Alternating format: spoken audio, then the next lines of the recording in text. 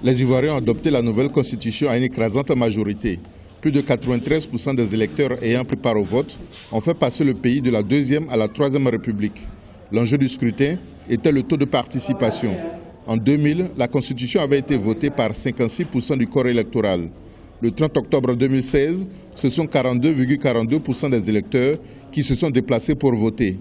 Pour les partisans du oui, c'est une victoire même si le taux de participation est moins élevé qu'à l'élection présidentielle de 2015. Les Ivoiriens, par ce vote massif du oui, ont renouvelé leur confiance et ont permis donc à la Côte d'Ivoire de rentrer donc dans la Côte d'Ivoire nouvelle, dans la 3e République, avec en offrant aux Ivoiriens, en tout cas pour ceux, la majorité qui ont voté le oui, offre ainsi à la Côte d'Ivoire une stabilité pérenne, une paix durable, une cohésion sociale renforcée et une Côte d'Ivoire qui s'engage dans la voie du développement.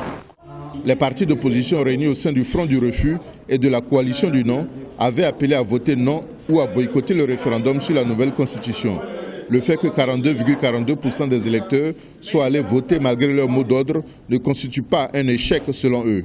Il faut que Ouattara se rende compte qu'une fois de plus, il a échoué dans sa volonté de pouvoir embrigader le peuple ivoirien. Il faut qu'il se rende compte que le peuple s'est exprimé. Parce que si on se rend compte que cette constitution a été votée à moins de 50%, on doit se poser des questions. L'opposition aussi est prête pour pouvoir amener, en tout cas tout le peuple ivoirien, à pouvoir prendre position face à cette nouvelle constitution. La constitution de la 3e République modifie profondément l'architecture institutionnelle du pays.